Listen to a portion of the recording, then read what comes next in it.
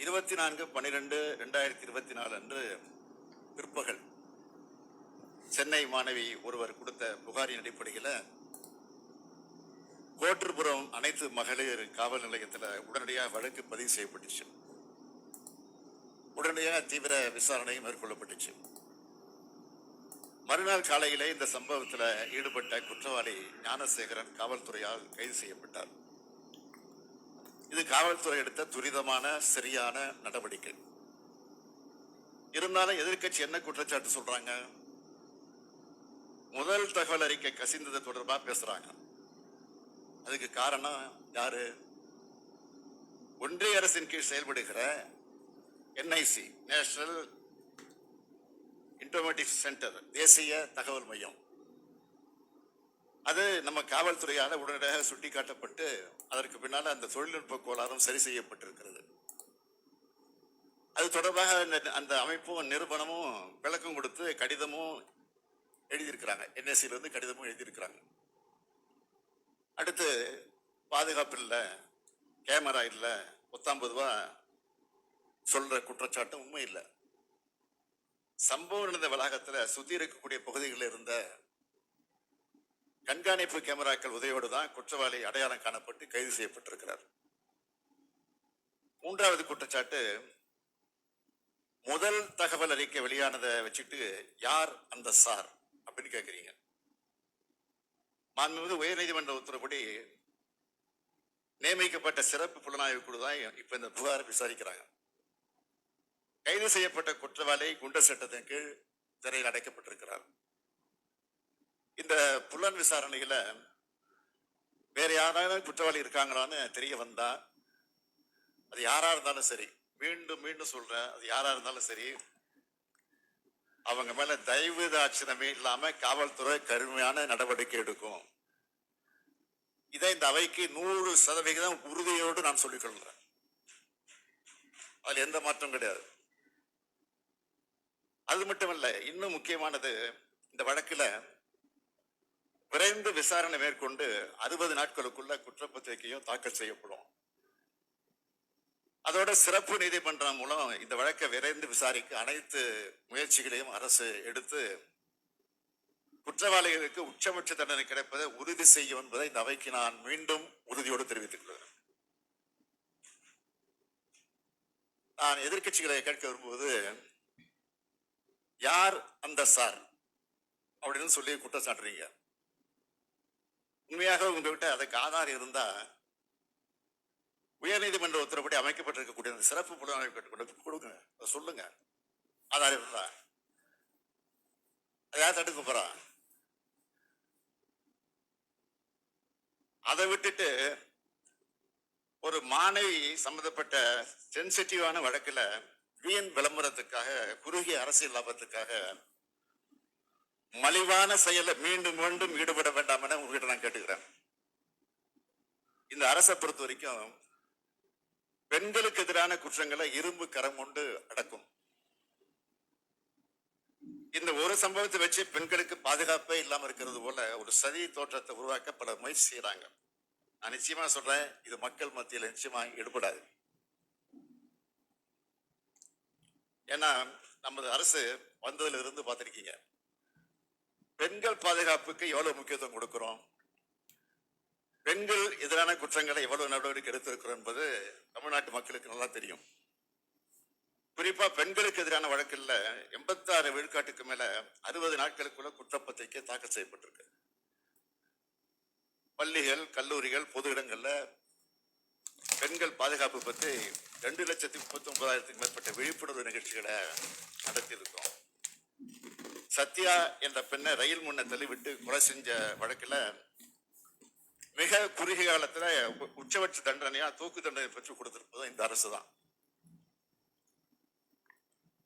பெண்கள் மற்றும் குழந்தைகள் மீதான குற்றங்களுக்கு எதிராக இந்த அரசு எடுத்து ஒரு நடவடிக்கைகளை பாராட்ட மனம் இல்லைனாலும் பரவாயில்ல, வீண்படியை சுமத்தாம இருந்தா அதுவே போதும்.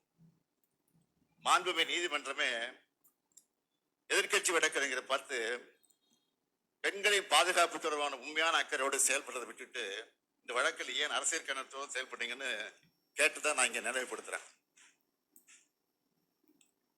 நீதிமன்ற அறிவுரையை பின்பற்றி வீண் அரசியலை தவிர்த்தால பெண்களுக்கு பாதுகாப்பு கொடுப்பதற்கு அது பேருதவியாக இருக்கும்னு தெரிவிச்சுக்க விரும்புகிறேன்.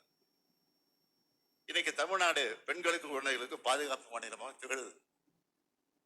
இந்த அரசு அமைஞ்சதுல இருந்து நாங்கள் எடுத்திருக்கக்கூடிய தொடர் நடவடிக்கைகள் தான் இதுக்கு காரணம். இது தொடர்பான ஒரு புள்ளி விவரத்தை நான் சொல்ல விரும்புகிறேன். இந்தியாவிலேயே பெண்களுக்கு பாதுகாப்பான முதல் 10 மாநகரங்கள்ல நம்ம கோவையும் சென்னையும் இருக்கு. பெண்கள் அதிகம் பேர் வேலைக்கு செல்லும் மாநிலம் தமிழ்நாடு தான் முன்னிலையில் இருக்கு. 10 லட்சத்துக்கு உட்பட்டு இருக்கக்கூடிய மக்கள் தொகை உள்ள சில சிறிய நகரங்கள்ல திருச்சி, வேலூர், ஈரோடு, சேலம், திருப்பூர் ஆகிய 5 நகரங்களும் முதல் தரவரிசையில பாதுகாப்பான நகரங்களாக இருக்கு. சென்னை மாணவி விவகாரத்துல மட்டுமில்லாம எந்த பாலியல் வன்கொடுமை புகாரிலையும் இந்த அரசு நடவடிக்கை எடுக்காம வேடிக்கை பார்த்ததும் இல்லை, விலகி நிற்கிறதும் இல்லை. மனசாட்சி இல்லாம பெண்களின் பாதுகாவலர்கள் மாதிரி பேசுறவங்க கடந்த அதிமுக ஆட்சியில பொள்ளாச்சியில் என்ன நடந்ததுன்னு கொஞ்சம் நினைச்சு பாருங்க.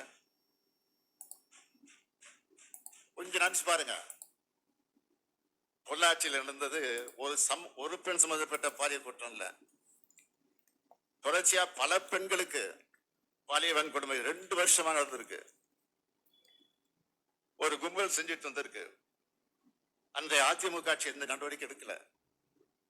சிபிஐ கிட்ட இந்த வழக்கு போன பிறகுதான் உண்மையெல்லாம் வெளிச்சத்துக்கு வந்துச்சு. பாதிக்கப்பட்ட பெண்களில் ஒருவர் தனக்கு நேர்ந்த கொடுமையை பத்தி தன்னோட அண்ணன் கிட்ட சொல்றார்.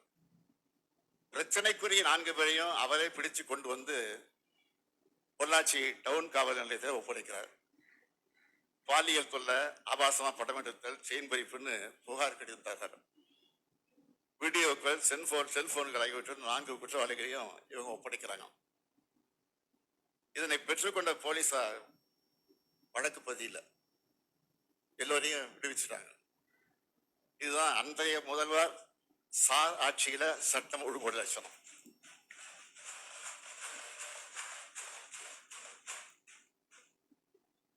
அது மட்டுமா, பாதிக்கப்பட்ட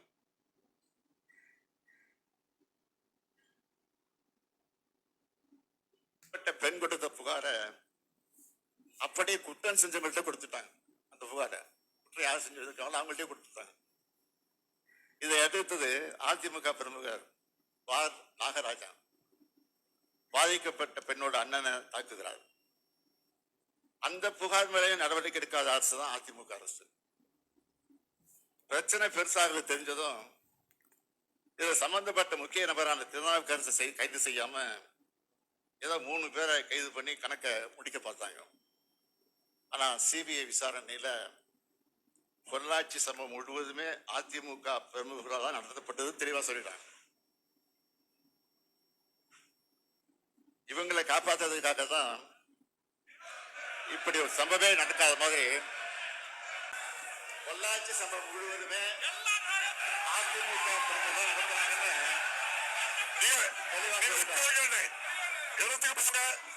இவங்களை காப்பாற்றுறதுக்காக தான் இப்படி ஒரு சம்பவமே நடக்காத மாதிரி அந்த அதிமுக அரசு ஒரு பெரிய நாடகமே ஆடிச்சு. இதனாலதான் நான் போய் சொன்னேன், பொல்லாத ஆட்சிக்கு சாட்சியே பொள்ளாச்சி தான் அப்படின்னு சொன்னேன். இப்படி பெண்களுக்கு எதிரான ஆட்சி நடத்திய சாருங்கெல்லாம் பேட்ச் அணிஞ்சிட்டு வந்து உட்கார்றாங்க. பேட்ச் அணிஞ்சிக்கிட்டு உட்கார்ந்து மட்டும் போயிட்டாங்க பாதியில.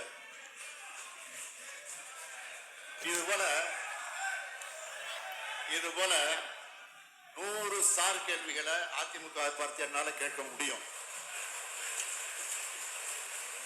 ஒரு முன்னாள் முதலமைச்சர், இந்நாள் எதிர்கட்சி தலைவர் தன் பொறுப்பையும் தகுதியும் மறந்து பேட்ஜ் அணிந்து வந்து அரசியல் எந்த அளவுக்கு தாழ்ந்து போகவோ தயாராக இருக்கிறார் என்பதற்கு இது ஒரு எடுத்துக்காட்டு. பொள்ளாச்சி பாலியல் வன்கொடுமை சம்பவத்துல முதல் தகவல் அறிக்கை தாக்கல் செய்ய அதிமுக ஆட்சியில 12 நாட்கள் ஆச்சு. ஆனா சென்னை மாணவி வழக்கில் புகார் கொடுத்த உடனே முதல் தகவல் அறிக்கை போடப்படும். இதை தொடர்ந்து சில மணி நேரத்துல குற்றவாளியை கைது செய்திருக்கிறாங்க. ஏன்னா இதையெல்லாம் அரசியல் லாபத்திற்காக, அந்த நோக்கத்திற்காக மறைக்கிறாங்க. இதே போல இந்த வழக்கு பத்தி பாஜகவினர் புதுவெளியில பேசியிருக்கிறாங்க, பேசிட்டு தொடர்ந்து பேசிட்டு இருக்கிறாங்க. பாஜக கதையெல்லாம் சொல்லி இந்த அவையுடைய மாண்பை குறைக்க நான் விரும்பல. அரசு மேல குற்றச்சாட்டுகளை வைக்கும் போது பொறுப்புகளை உணர்ந்து பேசணும். உச்ச நீதிமன்றம் அமைச்சிருக்கக்கூடிய சிறப்பு புலனாய்வு குழு விசாரணை முழு வீச்சில நடத்தப்பட்டிருக்கு. வேற யாராலும் சம்பந்தப்பட்டிருக்காங்கன்னா தெரிய வந்தா அது யாரா இருந்தாலும் சரி, எந்த பின்னணியை சேர்ந்தவராக இருந்தாலும் சரி, கடும் நடவடிக்கையை நிச்சயமாக உறுதியாக நாங்கள் எடுப்போம். மீண்டும் ஒரு முறை இந்த அவைக்கு தெரிவிச்சுக்கிறேன், திராவிட மாடல் ஆட்சி மகளிருக்கான ஆட்சி. கட்டணமில்லா விடியல் பெருந்து பயணத்தை தொடங்கி கோடிக்கணக்கான மகளிருக்கு உரிமை தொகையை உறுதி செஞ்சு கல்லூரிக்கு வரும் அரசு பள்ளி மாணவரை புதுமை பெண்களாக வளர்த்தெடுக்கிற ஒரு ஆட்சி. எனவே மகளிருக்காகவே நாள்தோறும் திட்டங்களை தீட்டி அவங்களுடைய பேராதரவோடு செயல்பட்டு வர இந்த அரசு, எனவே இந்த அரசு மேல அடிப்படை இல்லாத குற்றச்சாட்டுக்களை சுமத்தி அதன் மூலமாக களங்கப்படுத்தலாம்னு சிலர் நினைக்கிறாங்க. அது ஒருபோதும் எடுபடாது, எடுபடாது, எடுபடாது.